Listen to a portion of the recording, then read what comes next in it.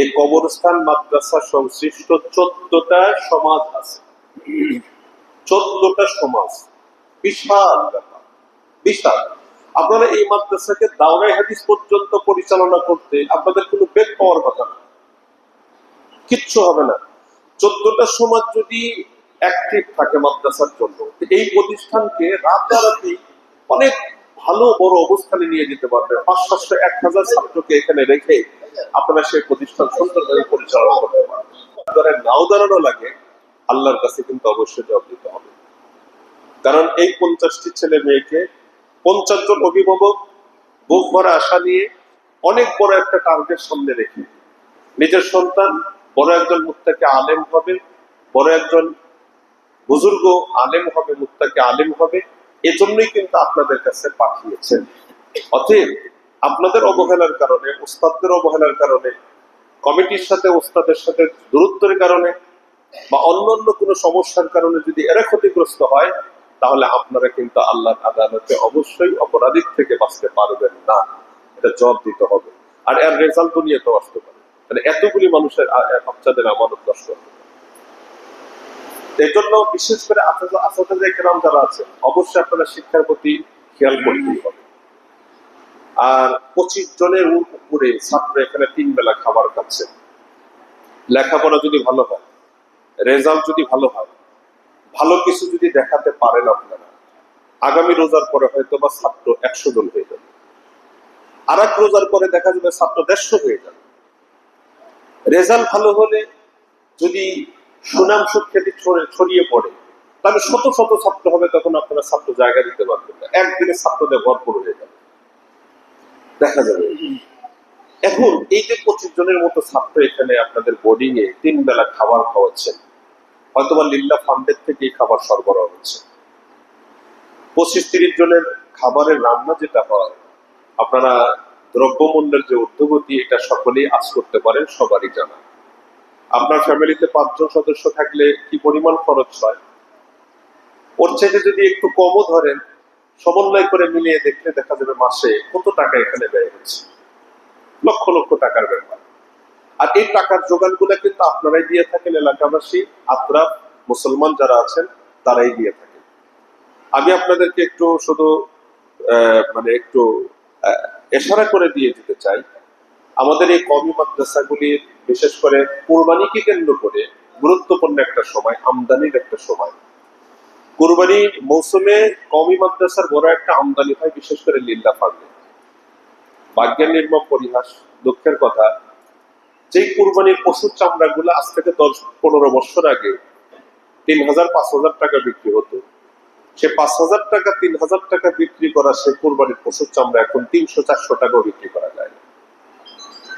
আজকে আন্তর্জাতিক ষড়যন্ত্রের বাহিরে আমি কথা বলবো না, কেন চামড়াজাত পণ্যের দাম অনেক, অথচ চামড়ার মূল্য নাই। তাহলে চামড়াজাত পণ্যের মূল্য অনেক, চামড়ার মূল্য নাই। আর আমাদের বাংলাদেশের এই কওমি মাদ্রাসাগুলা বিশেষ করে অনেক অংশে নির্ভর করে এই গরিব, দুঃখী, অসহায়, দুস্থ ছেলে মেয়েদের লেখাপড়া, খাবার, পোশাক, চিকিৎসা, এগুলি এই গোরাবা ফান্ডের উপরে নির্ভর করে। আপনাদের এখানে হয়তো ছেলেমেয়ে কম, বাংলাদেশের এমনও বহু প্রতিষ্ঠান আছে 2000, 3000, 5000, 10,000 করে ছাত্র। এর মধ্যে অনেক ছেলে আছে যারা হয়তো এই কওমি মাদ্রাসাগুলি না থাকলে, জনগণ যদি নিজস্ব অর্থায়নে প্রতিষ্ঠানগুলি পরিচালিত না করত, তাহলে এই বাচ্চাগুলো হয়তো নেশার খপ্পরে পড়ে তাদের লাইফটা তারা নষ্ট করে দিত। এরা প্রতিষ্ঠিত হতে পারতো না, ভালো মানুষের সমাজে দাঁড়াতে পারতো না, এরা টোকাই হতো, সমাজের সন্ত্রাস হতো। এরকমও বহু ঝরে পড়া, রাস্তায় পড়ে থাকা অসহায় অনেক ছেলে মেয়েদেরকে এই মাদ্রাসাগুলো নিজস্ব ফান্ড তৈরি করে জনগণের অর্থায়নে সে ফান্ড পরিচালিত করে, আলহামদুলিল্লাহ, সচেতন আলেম, ওর বয়স কম হতে পারে কিন্তু সচেতন, এবং বড় বড় ওলামায়ে কেরামদের সাথে ওর সুসম্পর্ক আছে। এবং পরিচালনার আশা করি সুন্দরভাবে আপনারা সহযোগিতা করে পাশে থাকলে আশা করি ওলামায়ে কেরামের পরামর্শে ভালোভাবে প্রতিষ্ঠান পরিচালিত হতে পারে ইনশাআল্লাহ। তবে একক চিন্তায়, একক ফিকিরে ও কখনো প্রতিষ্ঠানকে আগায় নিতে পারবে না। আপনাদেরকে ডান হাত হতে হবে, আপনাদেরকে শক্তভাবে ওকে দাঁড় করায় দিতে হবে, তাহলেই সম্ভব। এখন ওকে যদি আমরা এমন করি যে মোহতামিম মানেই হলো মোহতামিমের ঘাড়ে সব কিছু চাপাই দেবো, আপনি কোথা থেকে আনবেন, কোথা থেকে কালেকশন করবেন, শিক্ষক বেতন দিবেন, ছাত্রের খাবারের জোগাড় করবেন, ও তো পাগল হয়ে যাবে, ও পাগল হয়ে যাবে, ও মানুষ থাকবে না। আর এটা কখনো সম্ভব না। একজন শিক্ষক মোহতামিম হওয়া মানেই যদি এটা হয় যে মোহতামিমের সব দায়িত্ব, মাদ্রাসার বোর্ডিং চালানো, ওস্তাদের বেতন দেওয়া, ওকে দায়িত্ব দিছি, গলায় ঘন্টি বাজে বান্দা ছাড়িয়ে দিছি, কোথার থেকে পারবেন কি করবেন সেটা আপনার ব্যাপার। এই মানসিকতা যদি আমাদের থাকে, আপনি এখন লিখে নিতে পারেন আল্লাহর ঘর মসজিদে, আপনাদের এই প্রতিষ্ঠান জীবনেও আলোর মুখ দেখবে না। এবং এই চিন্তা চেতনা যদি কোনো এলাকাবাসীর থাকে, তাহলে জীবনেও কখনো কোনোদিন ওই মোহতামিম দিয়ে মাদ্রাসা আগায় নিতে পারবে না। শিক্ষকদেরকে শিক্ষার কাজে ব্যয় করার চেষ্টা করবেন, তাদের থেকে আপনারা 16 আনা থেকে 18 আনা পড়া বুঝাইয়া দেন। আমি ভিতরের কথা আপনাদেরকে বলছি, এলাকাবাসী আপনারা আপনারা অর্থের যোগান দিবেন, এদেরকে টাইট দেন, এরা যেন পড়া উসুল করায় ছাড়বে না।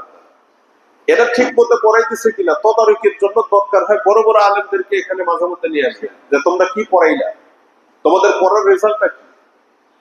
আপনারা এই সাইডের যোগান দিবেন, পড়াশোনা তাদের থেকে উসুল করে দিবেন, তাহলে কিন্তু এটা আমানতের বড় খেয়ানত হবে। এই কথাগুলি অবশ্যই খেয়াল করার চেষ্টা করবেন। ছাত্রদেরকে আদবে আখলাকে বড় করার চেষ্টা করবেন। এলাকার মুরব্বীদেরকে দেখলে যেন সালাম কালাম সুন্নাহর উপর আমল, এদেরকে জিজ্ঞাসাবাদ ইত্যাদি, বিশেষ করে সালামের উপর উঠানোর চেষ্টা করা, সুন্নতের উপর উঠানোর চেষ্টা করা, ছাত্রদেরকে নামাজের পাবন করা, ছাত্ররা বাসায় গিয়ে যেন সুন্নাহ তালিম করে মা বাবাকে সালাম করে, এর প্রতি এই বিষয়গুলি অবশ্যই শেখানোর চেষ্টা করবেন।